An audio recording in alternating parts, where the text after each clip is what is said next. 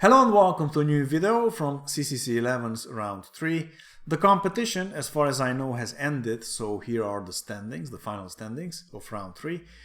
But before I show you that, let me salute you also on video, because I finally decided to invest into a webcam, except that eventually I didn't buy a webcam because I realized that I can use my phone as a webcam. I'm not sure about the quality of it though, so I might need to tweak it and maybe even replace it with a real webcam at some point, because it doesn't look that great to me. But let me know in the comments below if the quality of the video is satisfactory for you.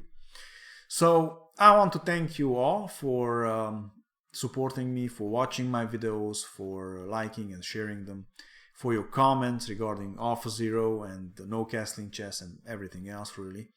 So thanks for your support, and now let's jump right into the game. So here are the final standings of round 3, and as we can see, Leelenstein and Leela finished equal first, with Stockfish finishing third, Komodo is fourth. The first 4 go into the next round, and there was only one decisive game between the first 3. Leelenstein managed to beat Stockfish in a French, and this is the game that I will show you today. In the next round, looking at the results, it looks like it will be a competition of who can beat Komodo the most, but we'll see what happens. In this one, in round 3, Leelenstein beat Komodo 3 times, Leela and Stockfish twice. So who beats Komodo the most in the next round will probably advance to the final. Alright, so let's jump right into the game. As I mentioned, it was a French defense. It started with e4, e6, d4, d5, so normal stuff. Knight d2, this is the Tarrasch variation of the French. Knight f6, e5, knight back to d7, we're still in the book. Bishop d3, and now after c5, c3, so normal development. Knight c6, now black attacks this pawn twice. So white has to decide how to defend the pawn. It can do it by placing one of these knights to f3 or play knight g to e2. In this one we have knight f3, and now the game continued with bishop e7, and after castles we have this crazy looking move, g5. This looks completely crazy, especially that the white king is already nicely, safely tucked in behind those pawns. The black king is still in the center, so this looks crazy, but it was played actually at grandmaster level. And the point is that black is threatening to play g4 at some point and then take twice on d4. And this looks like a good idea. However, black is not really ready yet for such maneuver. Because his king is still in the center, he didn't finish development, and going into a dogfight, this is what I call a dogfight, when you go into crazy tactics and you're not really developed yet, it's not the best idea. For example, here white could just simply play queen e2, and if now black continues with g4, then yes, the knight has to go back to e1. And then black, if wants to, he can take twice on d4. But now white takes back the pawn on g4 and hits this knight. And after the knight goes back, there's queen g7 hitting the rook. And there won't be any short castling anytime soon here. And after rook f8, now this pawn on h7 is isolated and weak and ready to be captured. If black doesn't do something active right away, then he will just lose that pawn and he will have a worse position. But right now black is actually attacking now this pawn on e5, and white can defend it either by playing f4 or by placing one of those knights to f3. Knight f3 is good here, and now black, luckily for him, can win this central pawn on e5, which gives him some chances, because now after knight takes on e5, black has this intermezzo with bishop f6 hitting both of these pieces, and that gives him the chance to take back the piece. But now white also has the chance to win back the pawn by taking with the knight on f7, and now both queens are attacked, and if black plays rook f7, then the queen just simply drops back to g3, and the material is equal, But the black king is still in the center, the white king is safe, the queens are on the board. It's very, very dangerous to play this position with black. Actually best, instead of rook takes on f7, is to just go for the queen exchange and hope that after bishop takes here and knight takes and king takes, without the queens, the black king is a bit safer in the center of the board. But black has to play this position without the h7 pawn, as this bishop can take it. And this is really not a very good position for black either. These pawns, the g and h pawns, are very, very quick up the board. Black has these central pawns really, but these are much slower. It's much easier to stop these pawns than this pair of passed pawns here on the g and h files. So, as we can see, playing g4 is premature at this point for black, but white has also other options. Actually, the main move here is to play pawn takes on c5, so that if g4 comes, then this knight can jump to d4. Other options are b4 and a3. These have all been played at the GM level. But in this game, Leelenstein came up with a novelty. He played here knight back to b1, and this looks a bit weird. It's counterproductive going back with the knight, but the idea is very simple. He just wants to defend the d4 pawn with bishop e3, and then this pawn on g5, what is it really doing? So black has to play g4, but if he plays g4 now, then we go back to the same variation with eventually the queen taking on g4 and then going to g7. So this is not a good idea for black.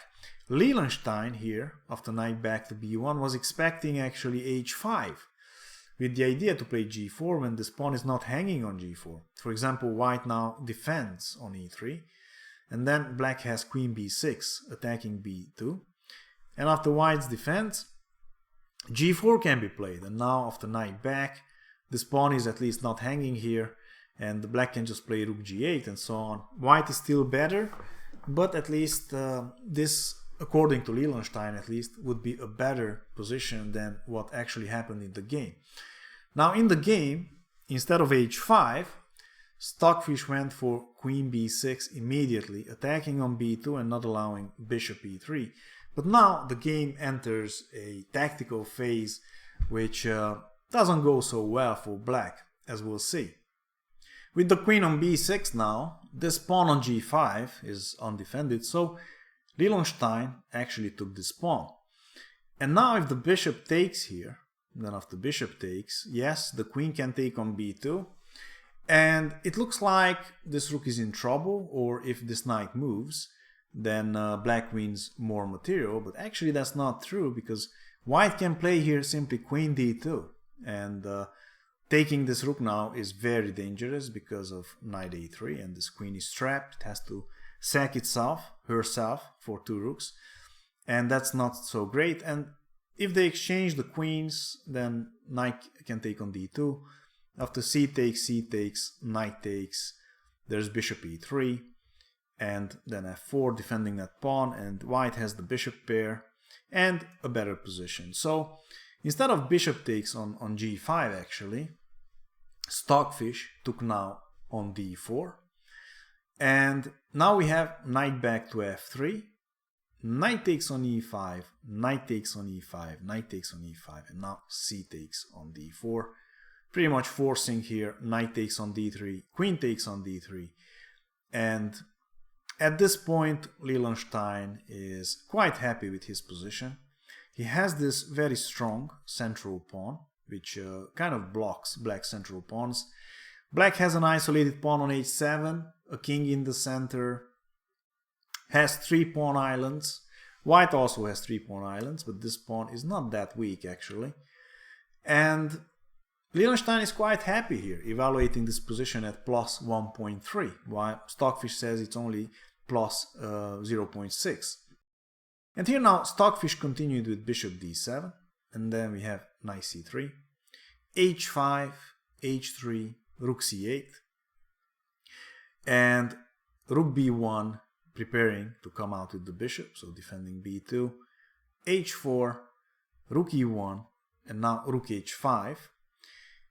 Stockfish probably wants to play rook f5 to activate this rook, but now we have bishop f4, and playing rook f5 here is dangerous because of queen takes on f5 and black is suddenly lost. After pawn takes on f5, there's knight takes on d5, hitting the queen, hitting e7. After queen e6, white can play also knight c7 check. Rook is forced to take, but now the rook takes the queen. And after the bishop or the pawn takes back on e6, the bishop takes on c7, and white has a completely winning position here. He's up the exchange, he has an extra pawn, and these pawns look awful here. White is just simply winning here. So rook f5 is not really possible. Instead we have a5, and now we have rook e2, rook c4 hitting this pawn. The bishop comes back to defend. Queen d8, bishop d2, king f8, and now rook back to e1. Leelenstein prepares to put something on e2, probably the queen. And now we have king g7, and in this position Leelenstein thinks that he made significant progress because he now evaluates this position at plus 2.1 already, while Stockfish says it's only plus 0.9. Here Leelenstein played now queen e2, hitting this rook. We have rook f5 now, and b3, just giving up this pawn on d4, hitting the rook, but taking that pawn is poisonous.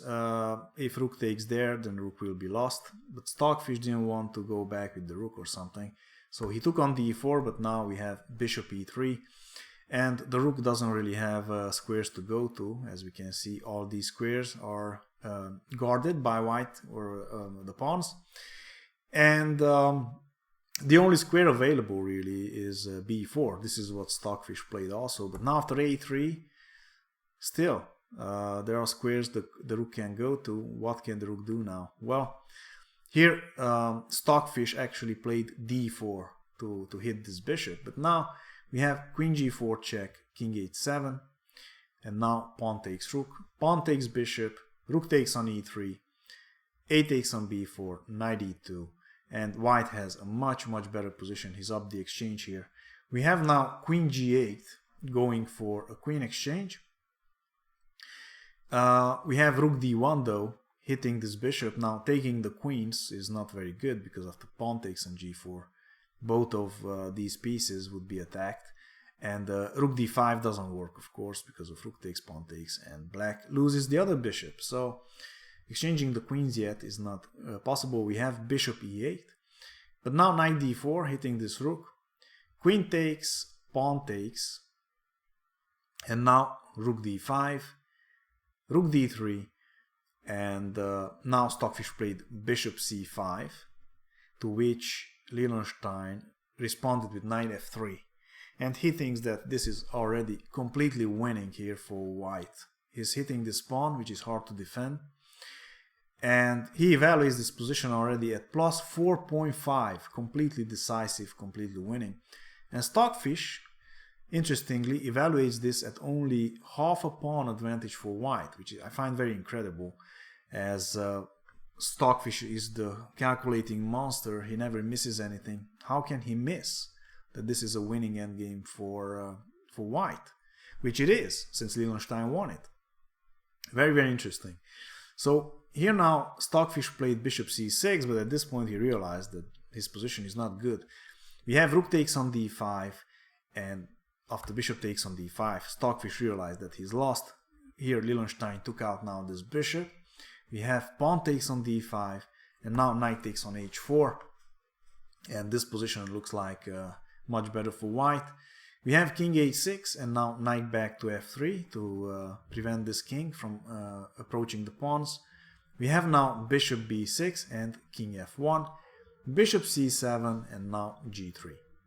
Stockfish now continued with king g6, and we have knight h2, f6, and now the knight goes back to f3, king h6, and knight d4, to which Stockfish responded king g6. If he goes to g5, then knight e6, of course, is painful, winning this bishop.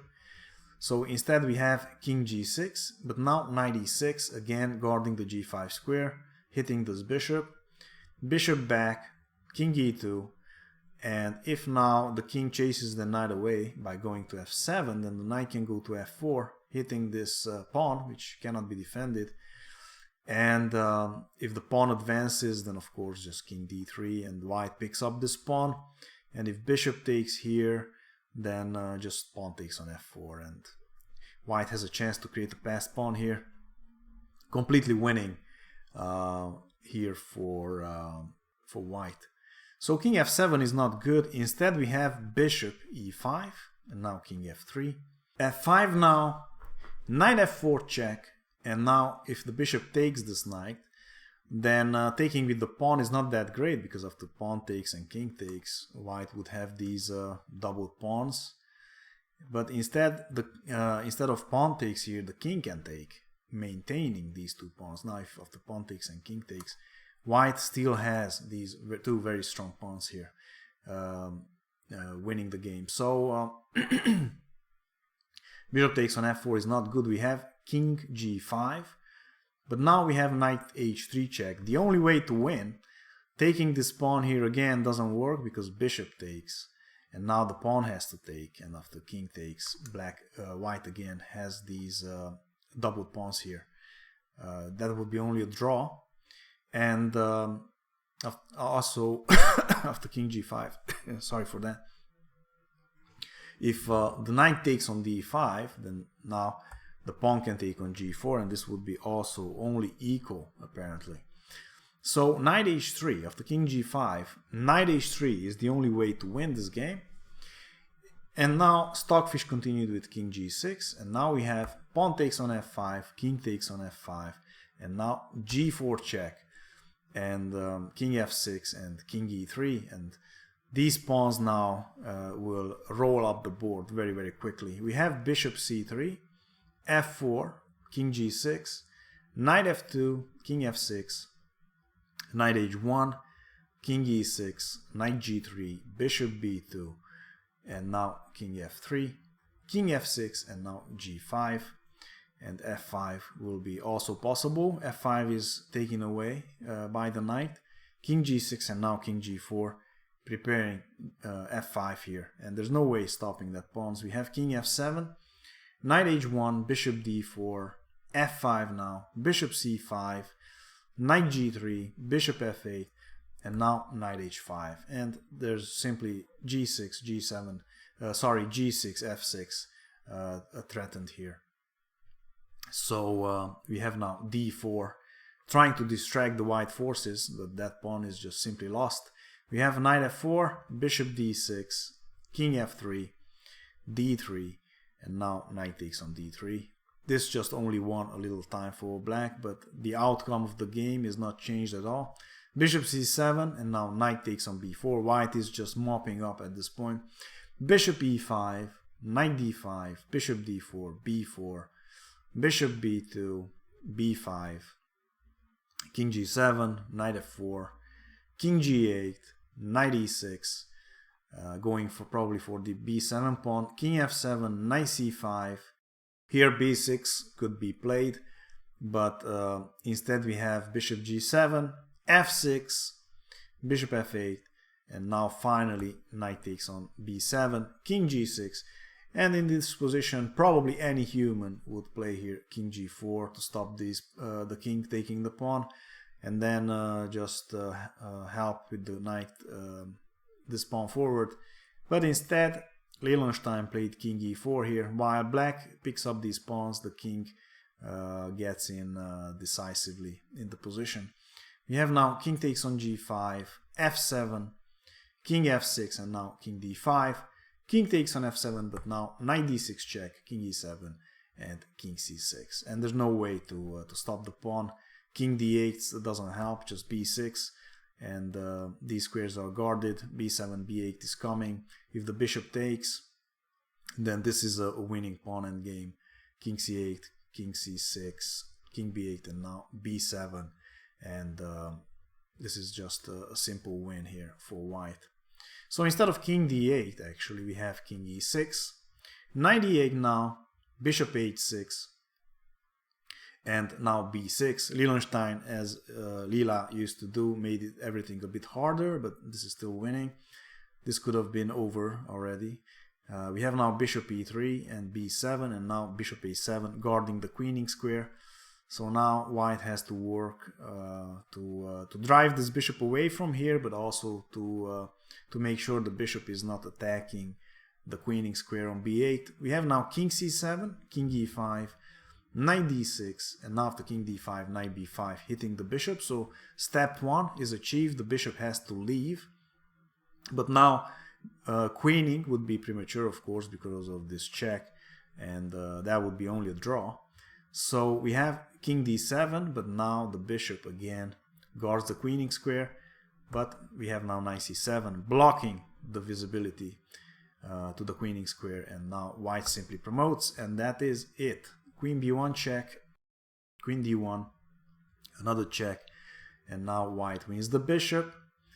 And then we have knight d4, knight sack a la Leela, king c6, king d3, and we'll have mate very, very shortly here after queen b3 mate. So a very, very interesting game here by Leelenstein, the only decisive game among the first three in this round 3 of CCC 11.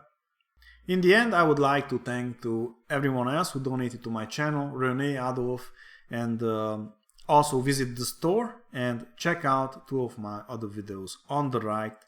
Please subscribe, like and share, and don't forget to ring the bell. Thanks for watching and see you soon. Bye bye.